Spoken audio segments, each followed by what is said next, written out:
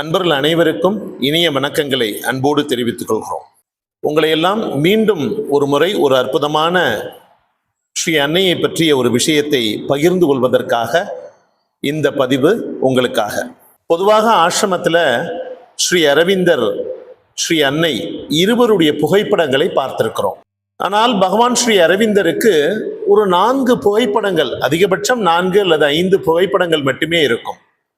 ஸ்ரீ அரவிந்தருடைய குழந்தை பருவ படம், ஸ்ரீ அரவிந்தருடைய இளமை பருவத்தில் இருக்கக்கூடிய ஒரு புகைப்படம், முதிர்ந்த நிலையில யோக நிலையில சித்தி பெற்ற பகவான் ஸ்ரீ அரவிந்தர் சித்தி பெற்று மகாசமாதி அடைவதற்கு முன்பாக எடுக்கப்பட்ட ஒரு புகைப்படம்.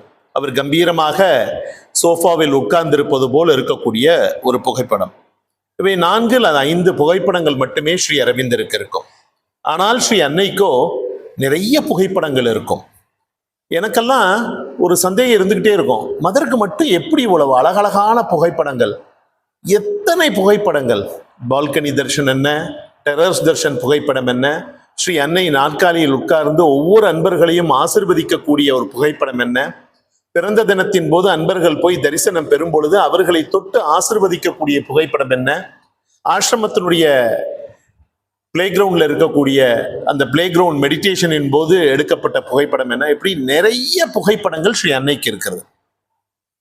இவ்வளவு புகைப்படங்கள் அன்னைக்கு மட்டும் ஏன், ஆனா ஸ்ரீ அரவிந்தருக்கு ஒரு சில புகைப்படங்கள் மட்டுமே இருக்கிறது என்பது எனக்குள் ஒரு கேள்வி இருந்து கொண்டே இருந்தது. இதே மாதிரி தான் நமக்கு என்னெல்லாம் கேள்வி இருக்கோ, இதே மாதிரி மதர்கிட்ட கூட இருந்த சாதகர்களுக்கும் இந்த கேள்விகள் இருந்தது. ஏற்கனவே சொன்ன பதிவுல இருந்த மோனோ சொர்க்கார் என்ற சாதகர், அவருக்கும் இந்த சந்தேகம் இருந்ததாம், ஸ்ரீ அன்னைக்கு இத்தனை புகைப்படங்கள் இருக்கிறதே என்று. அவர் அவருடைய புகைப்படங்களை பற்றி ஸ்ரீ அன்னையிடத்திலேயே ஒரு சிறு விவாதம் செய்தாராம். அது மிக அற்புதம் இல்லையா? நாமெல்லாம் ஸ்ரீ அன்னையே சொல்லும் பொழுது, தன்னுடைய புகைப்படத்தை பற்றி விளக்கம் அளிக்கும் பொழுது அதை நம்ம ஆர்வமாக தெரிந்து கொள்ள வேண்டும் அல்லவா? அதற்காகத்தான் இந்த முக்கியமான பதிவு.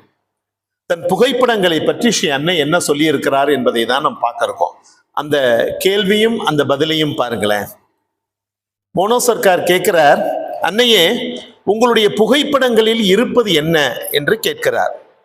உடனே ஸ்ரீ அன்னை அப்படி என்றால் என்று பதில் கேட்கிறார். அவை எதை குறிக்கின்றன? உங்கள் புகைப்படங்களில் என்னதான் இருக்கிறது என்று கேட்கிறார். அதற்கு ஸ்ரீ அன்னை, உனக்கு தெரியாதா என்று சொல்லிவிட்டு அன்னை சற்று புன்முறுவல் செய்கிறார். அவற்றில் இருப்பது நான் தான், புகைப்படத்தில் இருப்பது நானே அங்கு இருக்கிறேன் என்று சொன்னார்.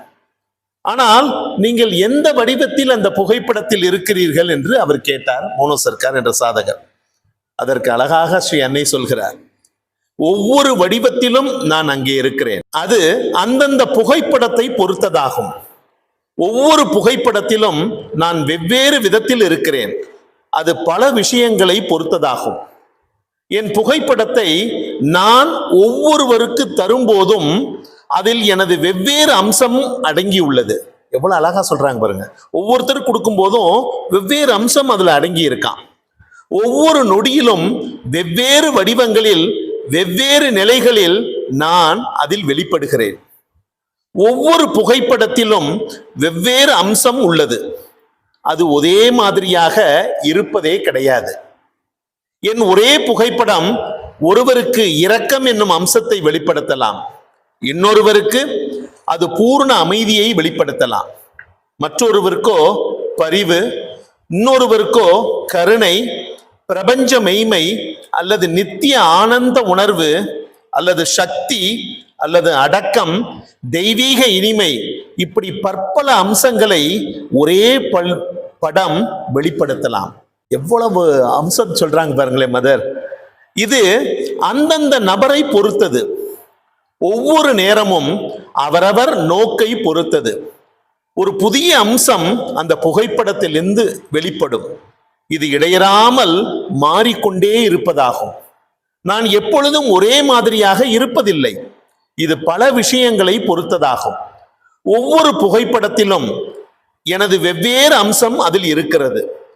ஒவ்வொரு நபருக்கும் அவருக்கு பொருத்தமான வெவ்வேறு விதத்தில் நான் அந்த புகைப்படத்தின் வாயிலாக என்னை காட்டுகிறேன். ஸ்ரீ அன்னை சொல்கிறார், அந்த புகைப்படத்தின் வாயிலாக ஒவ்வொரு அம்சத்தை மதர் காட்டுறாங்களாம். என் புகைப்படத்துல வழக்கமாக இருப்பது எனது அனந்த உணர்வு நிலைகளில் ஒன்று, என் பற்பல வெளிப்பாடுகளுள் ஒன்று, ஒரே கணத்தில் நிரந்தரமாக பிடிபட்டு இருப்பதாகும். மதர் ஒரு புகைப்படத்தை காட்டி அதை சொல்றாங்க. ஒரு அற்புதமான ஒரு புகைப்படத்தை காட்டி, இதில் பிரபஞ்ச அன்னையின் எண்ணற்ற வடிவங்களுள் ஒன்றாகும் என்று அவருடைய ஒரு புகைப்படத்தை காட்டி சொல்றாராம். என் ஒவ்வொரு புகைப்படத்திலும் முக்கியமாக வெளிப்படுவது என்ன அம்சம் என்பதை நீயே கண்டுபிடிக்க வேண்டும். ஒவ்வொரு புகைப்படத்திலும் என்ன அம்சம் வெளிப்படுகிறதுன்றதை நாம தான் கண்டுபிடிக்கணுமா? பாருங்களேன், நீ அதை பார்க்கும் போது உன்னை கவர்வது எந்த அம்சம் என்பதை நீயே அதை நன்கு உணர வேண்டும். இதை நீயே உணர்ந்து கண்டுபிடிக்க வேண்டும். ஒவ்வொரு புகைப்படத்திலும் வெளிப்படுவது எனது வெவ்வேறு அம்சமாகும். அது அந்த புகைப்படத்தில் நிச்சயமாக குடிகொண்டிருக்கிறது. அது ஒரு தாளின் மேலுள்ள வெறும் படம் மட்டுமல்ல, அது ஒரு உயிருள்ள சாநித்தியமாகும், துடிப்புள்ள சக்தியாகும், வெளிப்பட்டுள்ள ஒரு வெளிப்பாடு அல்லது விபூதியாகும். அது மிகவும் சக்தி நிறைந்தது, செயலாற்றும் வழிவகைகளை கொண்டது எனது ஒவ்வொரு புகைப்படமும். எப்படியும் அது சடப்பொருள் வாயிலாக திட்டவட்டமாக வெளிப்படுத்தப்பட்டுள்ள எனது ஒரு பாகமாக இருக்கும் ஒவ்வொரு புகைப்படமும். எனது சக்தி அந்த புகைப்படத்தின் வாயிலாக செயற்படக்கூடிய விதத்தில் என் அம்சம் அதில் நன்கு வெளிப்படுகிறது. ஏனெனில் அதில் என் உயிருள்ள சாநித்தியம் உள்ளது.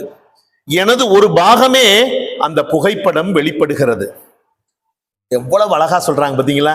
இந்த புகைப்படத்துல ஒவ்வொரு அம்சம் வெளிப்படுகிறதாம். அந்த அம்சம் என்ன என்பதை நாம் தான் கண்டுபிடிக்க வேண்டுமா? சரி, சில நேரங்கள்ல நாம் ஆசிரமத்திற்கு போகும் பொழுது எத்தனையோ புகைப்படங்கள் நாம் வைத்திருப்போம். ஆனாலும் சில புகைப்படங்களை பார்த்தவுடன் ஆர்வத்தோடு அங்கு வாங்குவதற்கு தயாராக இருப்போம். நிறைய புகைப்படம் இருக்கே, ஆனா அந்த மதர் போட்டோவை பார்த்தோன்னா வாங்கணும் போல தோணும். அல்லது யாரேனும் பார்த்தால் நமக்கு அன்பளிப்பாக ஒரு அன்னையினுடைய புகைப்படத்தையோ அல்லது ஸ்ரீ அரவிந்தருடைய புகைப்படத்தையோ நமக்கு பரிசாக கொடுப்பார்கள். கொடுத்தவுடன் அவ்வளவு ஆனந்தமா இருக்கும். மதர் நம்மகிட்ட வந்துட்டாங்க பாரு, ரொம்ப அழகா. எத்தனை புகைப்படம் வாங்கினாலும் சலிப்பே இல்லாம அந்த ஒவ்வொரு புகைப்படத்தையும் வாங்கி வைத்துக் கொள்வோம். அதில் ஒரு காரணம் இருக்கிறதாம். நாம் எந்த புகைப்படத்தையாவது வாங்கினாலோ அல்லது யாரேனும் நமக்கு பரிசாக கொடுத்தாலோ அல்லது தியான மையத்திற்கு சென்ற பொழுது பிரசாதமாக ஒரு புகைப்படம் கொடுத்தாலோ அல்லது யாரேனும் வாயிலாக ஒரு புகைப்படம் வந்தால் அதில் ஒரு முக்கியமான விஷயம் இருக்கிறதாம். அது என்ன விஷயம்னு ஸ்ரீ அன்னையே சொல்றாங்க பாருங்க. அது நான் பாருங்க இப்படி சொல்றாங்க பாருங்க. நான் யாருக்கு அந்த புகைப்படத்தை கொடுக்கிறேன், அவருக்கு எந்த நேரத்தில் என்ன தேவை, ஏன் எக்காரணத்திற்காக அதை அவருக்கு கொடுக்கிறேன் என்பதையெல்லாம் அவரவரை பொறுத்தது. இவையெல்லாம் முக்கிய பங்கு வகிக்கின்றன அந்த நபருக்கு. இதனால்தான் நான் எப்பொழுதும் சொல்வேன், ஒரு புகைப்படம் எப்போதும் ஒரே அம்சத்தையோ ஒரே குணத்தையோ வெளிப்படுத்துவதில்லை. இது அந்தந்த நபரின் மனப்பாங்கை பொறுத்திருக்கிறது, அவருடைய உணர்வு நிலை போன்ற பல அம்சங்களை பொறுத்திருக்கிறது. சொல்ல போனால் இந்த வெளிப்பாடு தொடர்ந்து மாறிக்கொண்டே இருக்கிறது. அது ஒரு அம்சமாக இருக்கலாம், இன்னொருவருக்கு முற்றிலும் வேறு ஒரு அம்சமாக இருக்கலாம். ஆனால் புகைப்படம் ஒன்றேதான். இதுவே அதனுடைய மிக முக்கியமான தன்மை. ஆனால் நீ ஏன் இவற்றையெல்லாம் பற்றி என்னிடம் கேட்கிறாய் என்று தெரியவில்லை. ஆனால் மிக முக்கியமான விஷயம், ஒவ்வொரு புகைப்படத்திலும் ஒரு அம்சம் வெளிப்படுகிறது. அந்த அம்சம் அவரவரை பொறுத்து இருக்கிறது.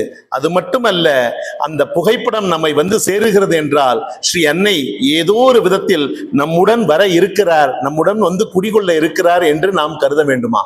ஆசிரமத்துக்கு போறோம் அல்லது தியான மையங்களுக்கு போறோம், அன்னைக்கு ஏதாவது ஒரு தரிசன நாளாக இருக்கிறது அல்லது ஏதேனும் ஒரு பரிசு பொருளோ இல்லை ஸ்ரீ அன்னையினுடைய புகைப்படத்தையோ நம்மை தேடி வந்து வருகிறது என்றால் அதுக்கு ஸ்ரீ அன்னை நம்மை தேடி வருகிறார் என்ற அர்த்தம். அது என்ன காரணத்துக்காக வர்றாங்க அப்படின்றது அவரவர் ஒவ்வொருத்தரை பொறுத்து இருக்குதான்.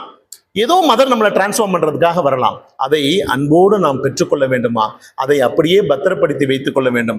அந்த புகைப்படத்தின் வாயிலாக நம்முள் பல மாற்றங்களை நிச்சயமாக ஸ்ரீ அன்னை ஏற்படுத்துவார் என்ற நம்பிக்கையோடு, அவருடைய புகைப்படத்தில் ஏதோ ஒரு அம்சம் இருக்கிறது, அந்த என்ன அம்சம் என்பதை நாம் கண்டுபிடிப்போம்.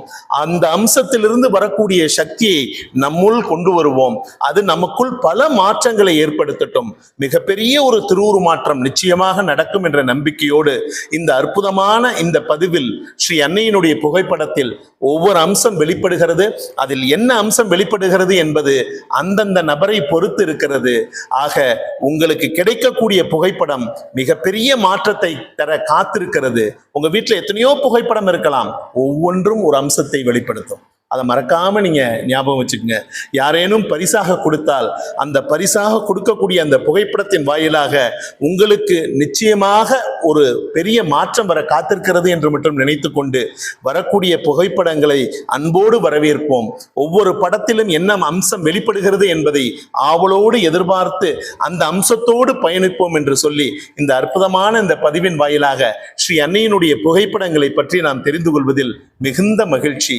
உங்களுக்கும் மகிழ்ச்சி அளிக்கும் என்ற உணர்வோடு அடுத்த ஒரு பதிவில் மீண்டும் உங்களை சந்திக்கிறேன். நன்றி, வணக்கம்.